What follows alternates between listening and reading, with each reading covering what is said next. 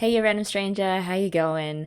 Welcome to the final episode of Sora Yori, or A Place Further Than the Universe. It's been, a couple of days, and I've had some time to process the trauma of the last episode, and hopefully you guys have had as well. Sounds a bit mean to say it, but I was glad reading through the comments afterwards that a lot of people felt absolutely gut punched by where the story went. To be honest, I've been struggling a bit with trying to unpack how I feel about the episode, and like in the best way possible, because it was such a well written, emotional, profound payoff for everything that was set up in the previous episodes. I think I am still a little bit stunned as to how good it was. The best way I can explain how it felt like to watch the last episode was you know how you look at the underside of a tapestry and you see all the different colored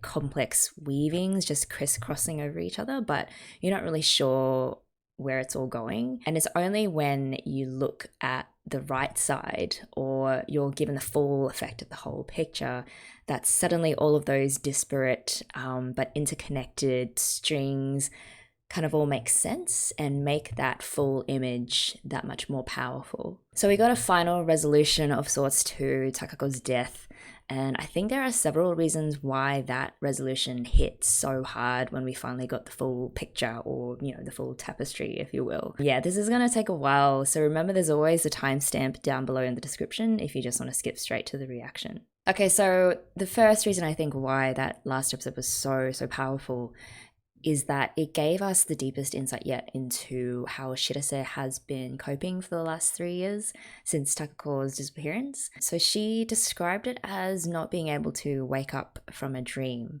And I think she was referring to that in-between unresolved state where you're maybe 99% certain that your loved one is gone for good and your life just goes to absolute pieces. But then you just manage to keep it together by holding on to some lack of finality, like, for example, the lack of a body or the lack of some final proof of death. And by clinging on to that, you can string yourself along for just that bit longer and sort of have the faintest of reasons to hold on to a very fragile hope. And that hope, however unreasonable, lets Shirase freeze herself into a sort of stasis where she doesn't have to admit defeat to this devastating reality if she just refuses to. Now, whether or not that is a healthy way to deal with grief is like a whole other topic, but I just found it so impressive the way they were able to convey all of that complexity in what is actually a really short series. There was also that scene where the girls are sitting around the table peeling vegetables together, and Kimari has this emotional outburst because she just cares so much for Shirase, and she demands of Shirase, didn't you work so hard to get to Antarctica because you thought your mum is still waiting for you here? This is something that's been brought up time and time again in previous episodes, including by Shirase herself and other characters.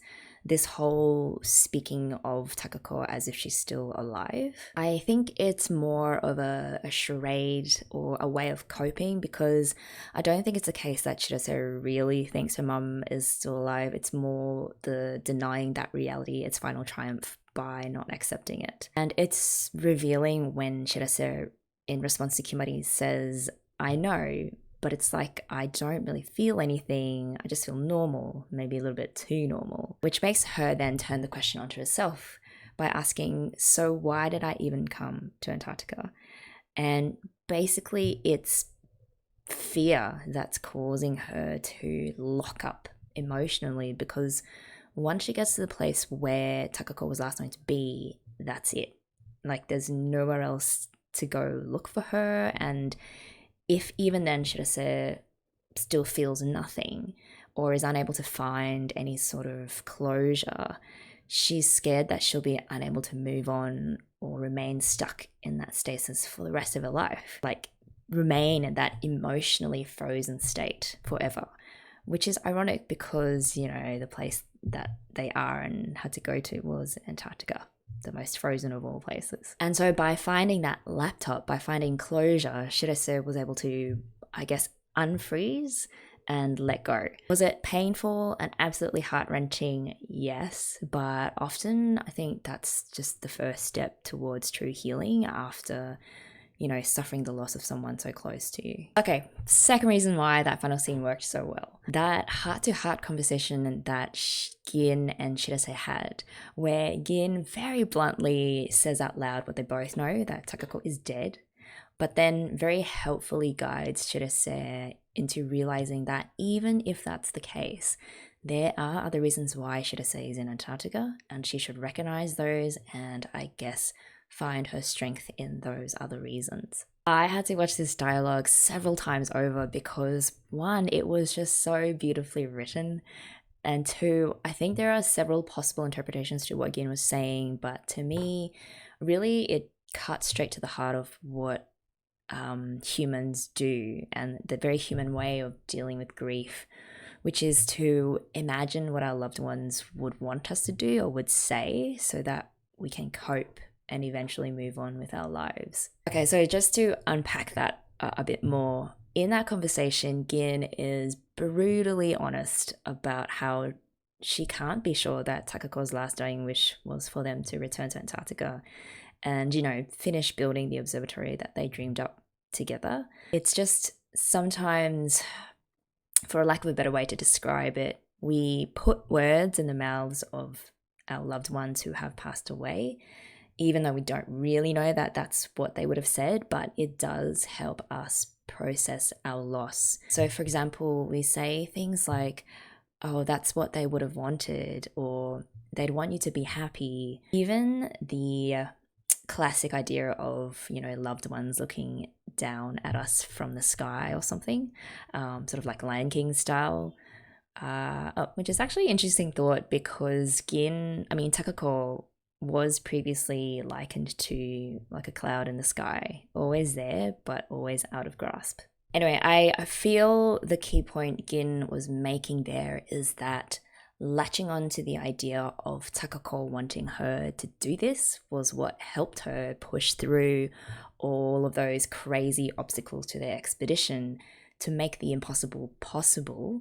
And that is a powerful driving force, but at the end of the day, still a motivation based solely on a person that's been long gone isn't enough to sustain you in the long run. You still have to live in the now, and you need to draw power from within yourself or from the things or people around you who exist in your present. So then we get that scene where Shirase is counting her money, and it's this incredible nod to the fact that she did make the impossible possible. But what was really motivating her? Was it really her belief that her mum was waiting for her in Antarctica, which is unlikely because I think we all know that Shirase knew deep down that her mum was gone. Or was it something more akin to what Gin was saying, that while Takako's memory was the initial drive for her to work different jobs and save up and, face down ridicule from her high school friends, it's really something more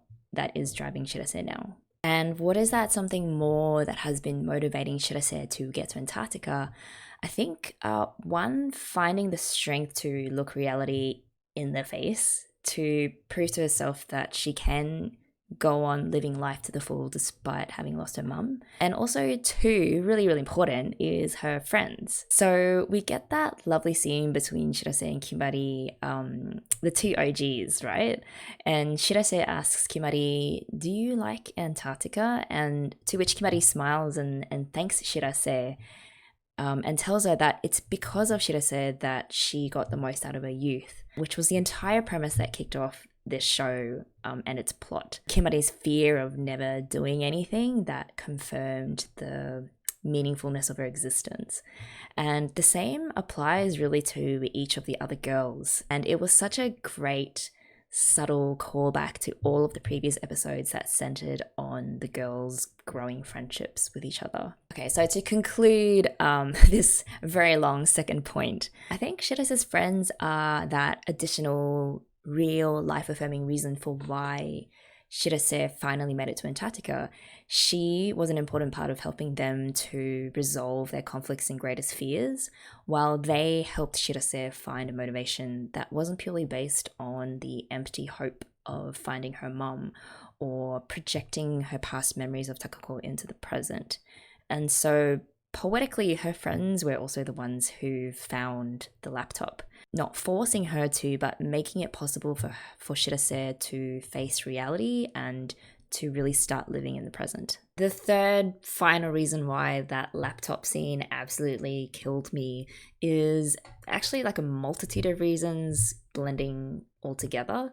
So it was all of those little details that jumped out to make what was already a devastatingly emotional scene even more so. Things like that photo that was stuck to the laptop showing Takako and little Shirase with her jump rope, which is such a nice callback to Gin's lesson on being persistent and achieving your goals. And thank you, Rhea Sanka, for letting me know that the password to the laptop, 1101, was actually Shirase's birthday, and it was also the number that they sort of focused on when they were showing the count of the number of unread emails, which means we can reasonably assume that Shirase did email her mum pretty much almost every day. And of course, that shot also of the other three girls crying outside the room along with Shirase, calling back to earlier in the episode where, you know, they're having that happy barbecue and it comes up that, you know, it's proof that you're good friends if you have the ability to give each other space. I could watch that episode 10 times over and still come away with something new. It's been great hearing what you guys think about each of the episodes, and I'd love to know if there are any other insights that you have. But yeah, that brings us to this final episode, which feels a little bit bittersweet, but let's see where this journey takes us. All right, if you guys are good to go, let's do this. In 3, 2, 1, play. Let's call back to the very first episode. Yeah.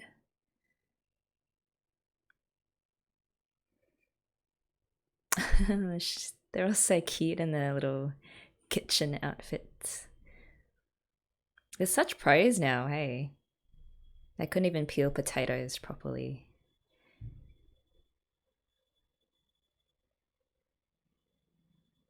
Antarctic style pork.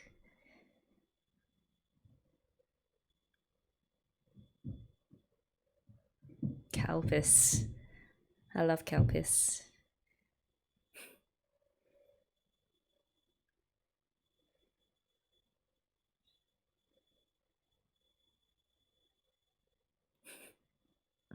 It's the little things that matter, you know, how thick your Calpis is.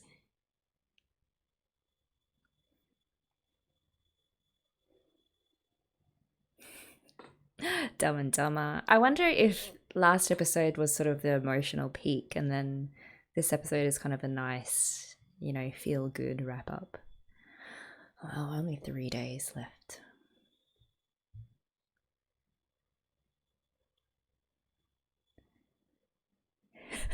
A part of the family now. Yeah.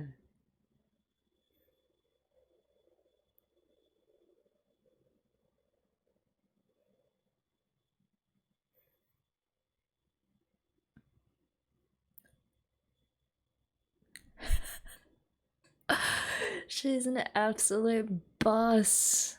What is she chewing on? Man, Shirase. She's going to be a CEO one day of a global company.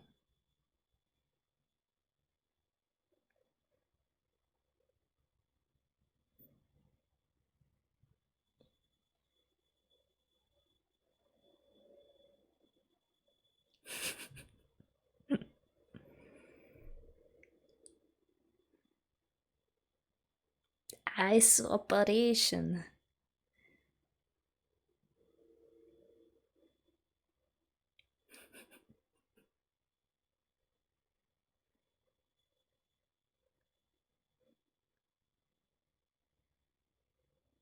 Yeah, I wonder how they're going to go back to normal life after this. Just how it's going to take a long time. couple of months at least. That's so fun.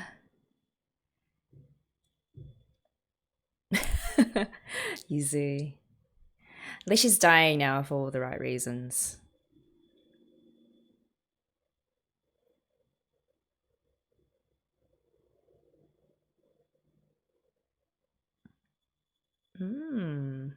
How will they preserve it though?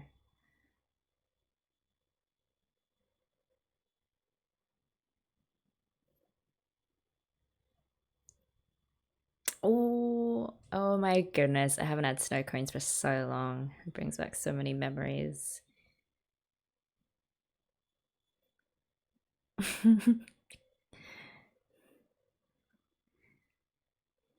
Should be a crazy loud drunk.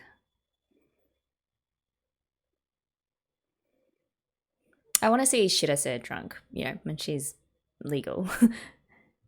That'd be interesting. She'd probably be very mean.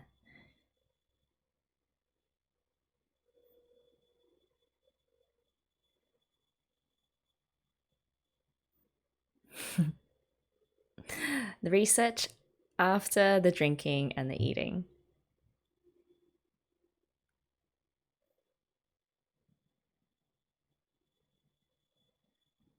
So there's a team of them that's staying through the winter.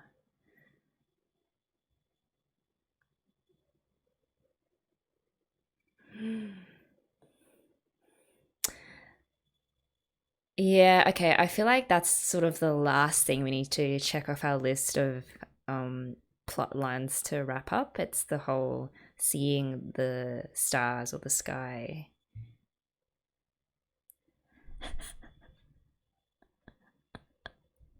It's all her two sides coming out at the same time. It's a bit scary.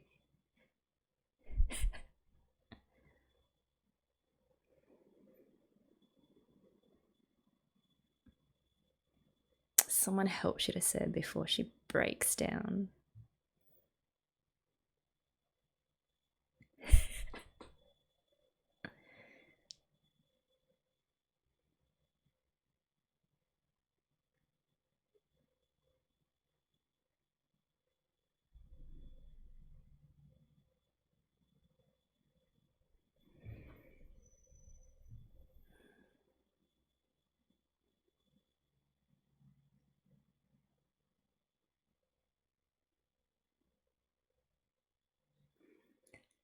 Oh, Kimari, you gonna stay? You're just gonna make your home in Antarctica?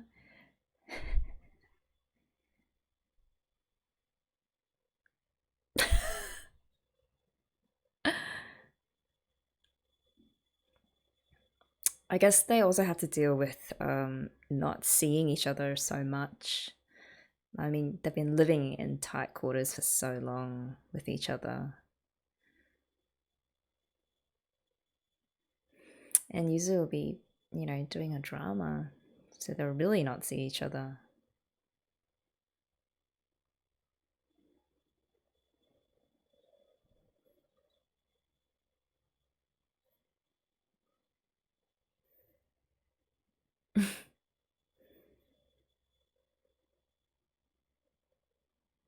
Season 2 coming back in the winter.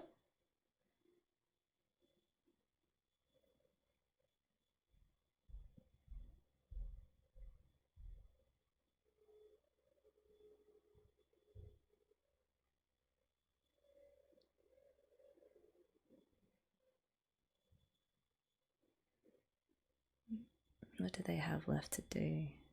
See the aurora, right?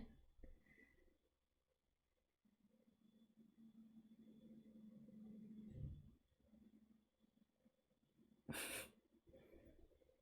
that milk? No. Oh, wow.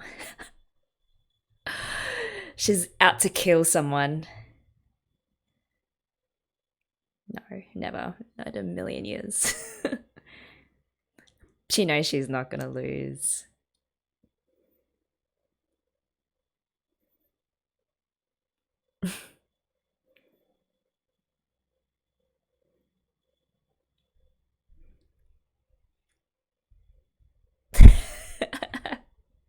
She did that on purpose, just to make a point.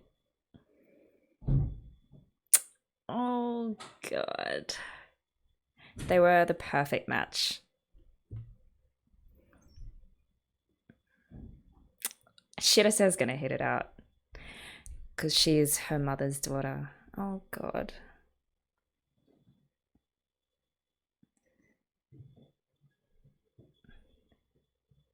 Was that like an absolute fluke? It looks like her eyes were closed when she hit it. So I did mention the whole our loved ones watching us from the sky thing, and I feel like Gin just did a little bit of that. Oh, well, you know how haircuts always symbolize, a new beginning or a new stage of someone's life. And she's smiling. This is great.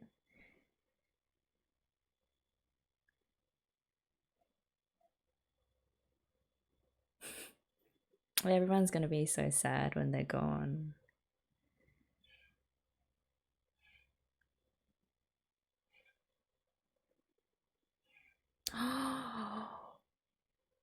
Kinda looks like Takako's hair was a bit shorter.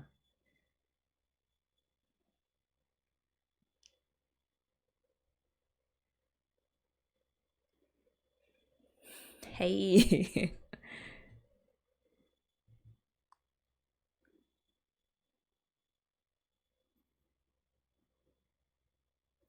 A broken heart.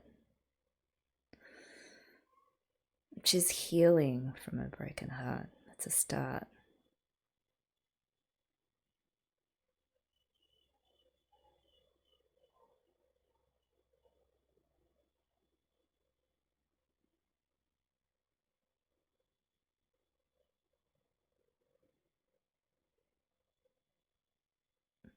Is Gin gonna get emotional? Can she keep it together?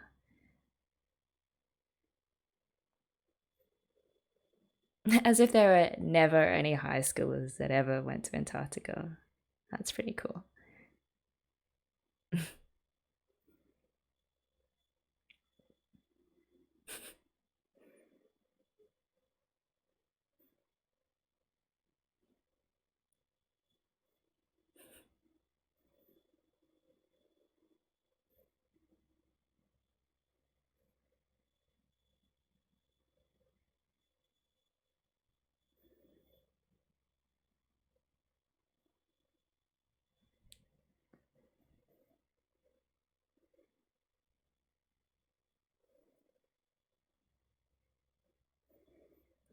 God, I can't imagine what it'd be like in winter. 14,000 kilometers away.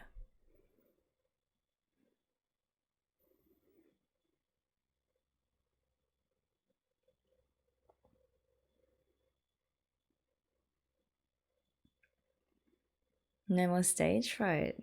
New person.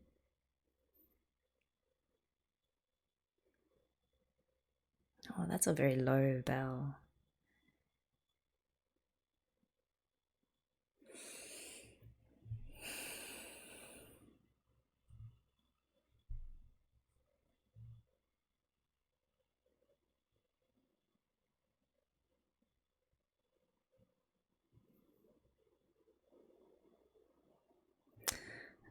Okay. Yeah, I mean, Antarctica did sort of take away her mum.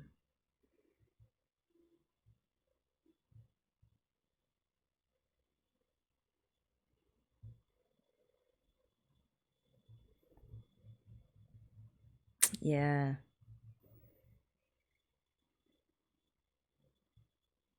Yep, you gotta face up to your reality and your grief, your fears, everything. And that's true for all four of them in different ways, but they found strength in each other. This is such a nice wrap up.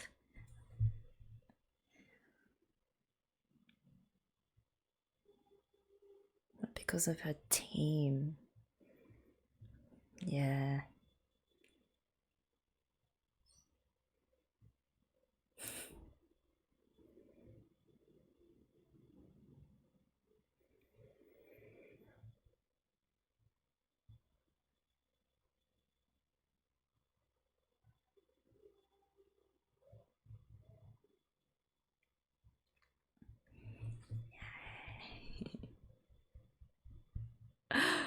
Just grown so much. That's amazing. Oh, and Gin crying again. Of course, she'd like look away and be like, no, just dust in my eye. They're really leaving. It's gonna be so depressing without these girls. How did they make cupcakes in Antarctica?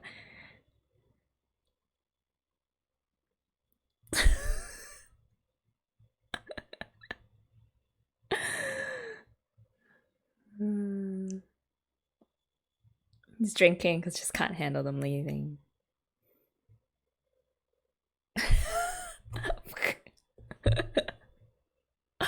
She just says so mean. Oh. Oh, okay, that's why.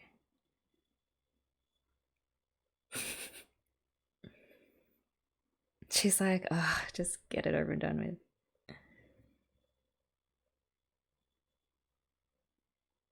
with. Fanboy.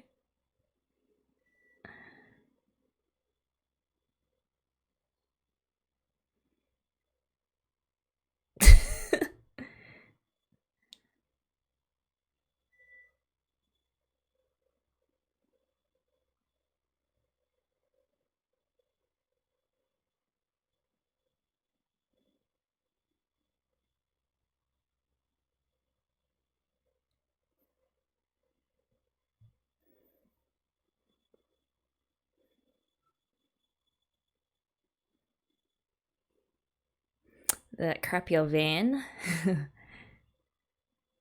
Yeah, in your face, right?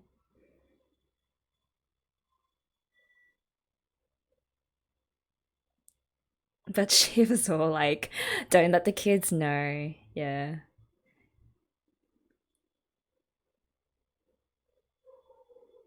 Take care of my other mum.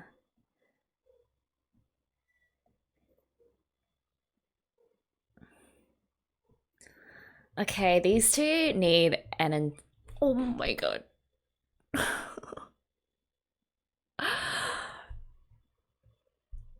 Someone also reminded me that Gin probably took that photo.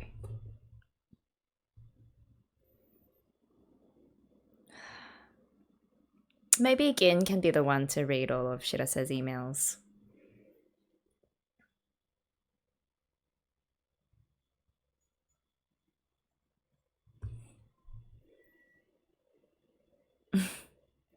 Just that person laying on the ground just to make sure the farewell sign doesn't blow away.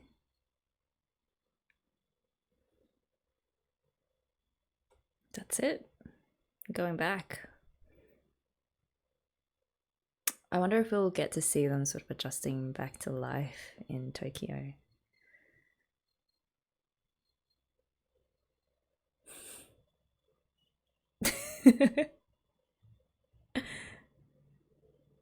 Time to drink. Oh, she really did. Yes. Thank you so much. It's not the same, but. Was that a draft? Oh, shit.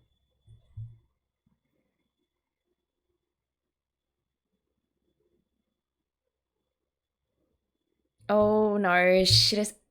Shirase is gonna get an email from her mum because Gin is like, send. Okay, prepare myself.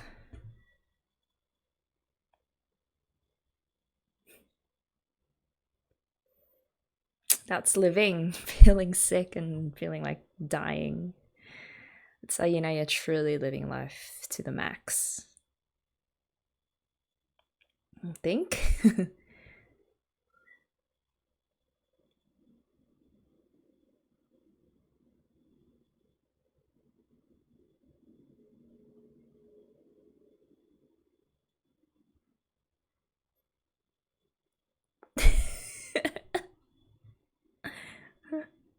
But she did so well just then, before, when she made the speech in front of everyone. The Aurora.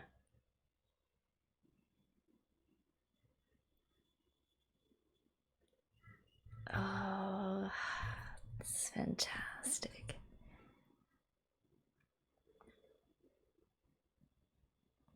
It's, yeah, just enjoy it, man.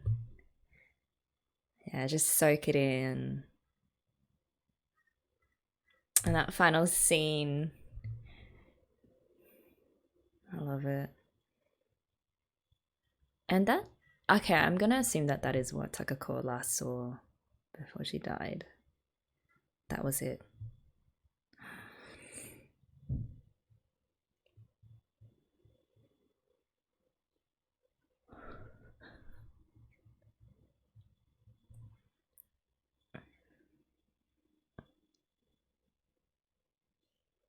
The real thing is 10,000 times more beautiful.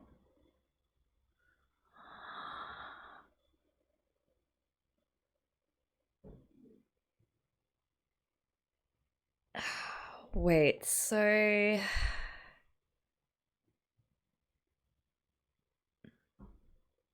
when would she have written that though? Because it never got sent out.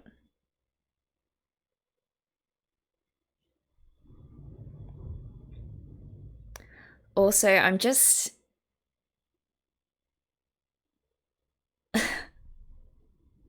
I love that shot. I'm just realizing now that. Did Takako go back to that bunker because she left the laptop there and that's why she got lost out there?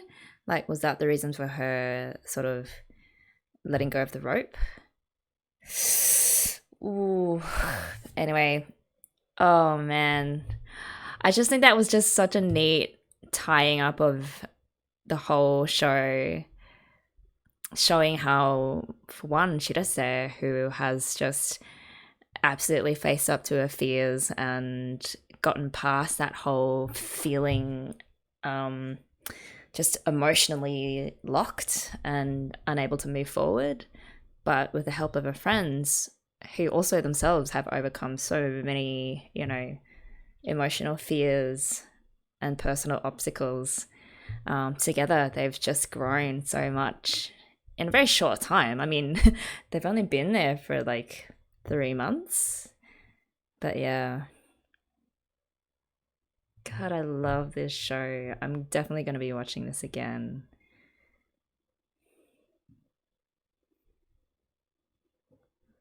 They're all alone back home now.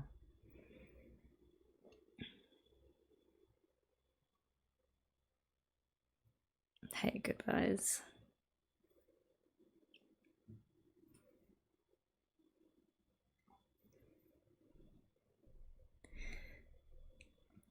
And especially Uzu, because she was the one that pulled out the friendship contract.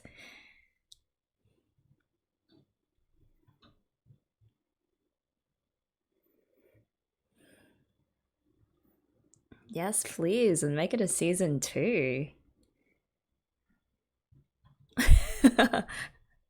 What?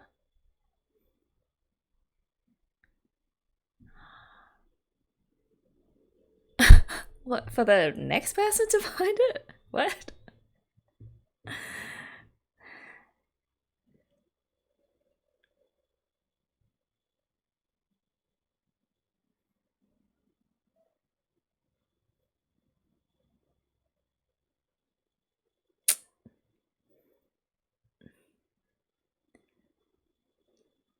Mm, you make the most of it, like it's your choice.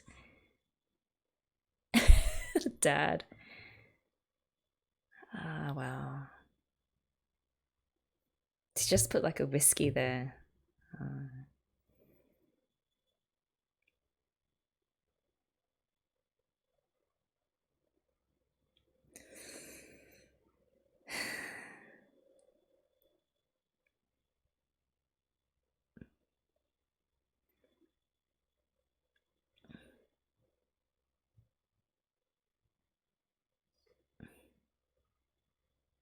Megumi? Will we see her again? Has she gotten over... Oh, she went as well? Oh, the Arctic. Okay, so the opposite.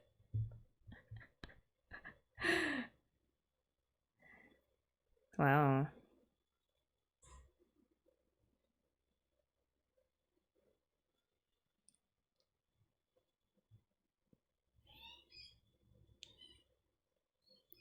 Man. Oh, such an inspiring show.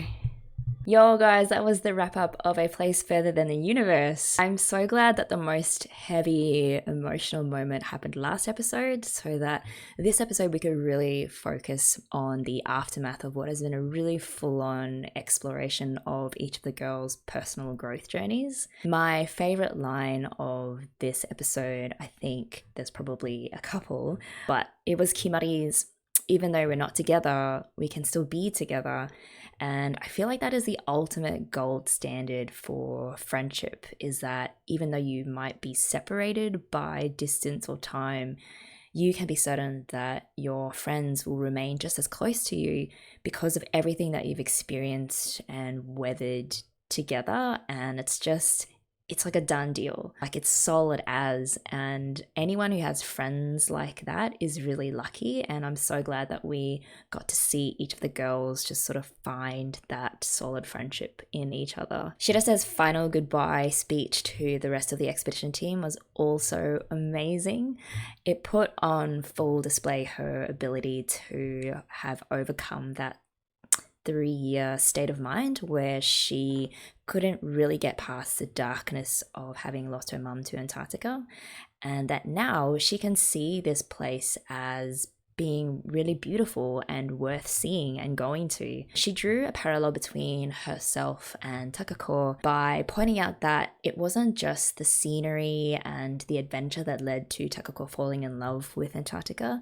It was really all of the times that she got to work with her friends, her team, overcoming all of these challenges and basically living life as it should be lived, which is exactly what Shirase came to do, and will continue to do even after she returns home. Like, she's got her best friends with her, and through them she's learned that there is so much more to life than just clinging on to the past. Do I think it was a perfect ending? Yeah, pretty much. More ideas will probably come to me after it posts this, so yeah, definitely hit me up in the comments because I would love to exchange thoughts about how this episode, or really even the whole show, has impacted you. With regards to what I'll be reacting to next, make sure you keep an eye out for a very short update video that I'll be posting very soon. In the meantime, know that I am so grateful that you watched along with me. It's been such an enjoyable experience, particularly because Sora Yori really wasn't the kind of show that I normally gravitate towards.